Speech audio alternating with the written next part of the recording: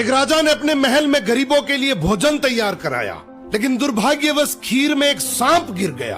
किसी को भी इसका पता नहीं चला और वो खीर गरीबों में परोस दी गई और इसे खाने से सभी गरीबों की मृत्यु हो गई।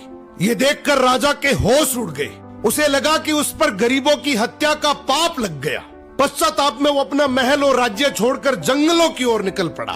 उसने सोचा कि शायद तपस्या से उसे इस पाप से मुक्ति मिल सके। चलते चलते वो एक गांव में पहुंचा। गांव के चौपाल में बैठकर उसने पूछा कि क्या इस गांव में कोई ऐसा परिवार है जो सादा जीवन और भक्ति में विश्वास रखता हो। गांव वालों ने बताया कि यहाँ एक भाई बहन रहते हैं जो बहुत ही सादगी और भक्ति से जीवन बिताते हैं। राजा उसी घर में ठहर गया। अगली सुबह राजा ने देखा कि वो लड़की ध्यान में बैठी हुई है। आमतौर पर वो जल्दी उठकर घर का काम और नाश्ता बना लेती थी, लेकिन उस दिन वो काफी देर तक ध्यान में लीन रही। जब वो ध्यान से उठी तो उसके भाई ने कहा, बहन आज तुम देर से उठी हो, घर पर एक मुसाफिर ठहरा है, नाश्ता कराकर उसे जल्दी भेजना था।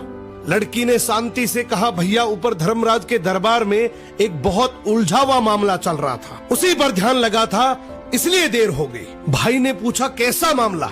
लड़की बोली, एक राजा ने गरीबों के लिए भोजन बनवाया था, लेकिन दुर्भाग्यवश खीर में सांप गिर गया और वही खीर खाने से सभी गरीबों की मृत्यु हो गई। अब धर्मराज ये तय नहीं कर पा रहे हैं कि इस पाप का दोष राजा को लगे या उस सांप को या फिर उस नौकर को जिसने बिना जांचे खीर परोस दी थी। राजा ने प्रार्थना की, क्या मैं एक रात और यहाँ रुक सकता हूँ? भाई बहन ने अनुमति दे दी। उधर गांव की चौपाल में दिन भर लोग बातें करते रहे कि पता है फला राज्य के राजा ने अपने राज्य के गरीबों को हटाने के लिए उन्हें जहरीला भोजन खिलाकर मरवा दिया।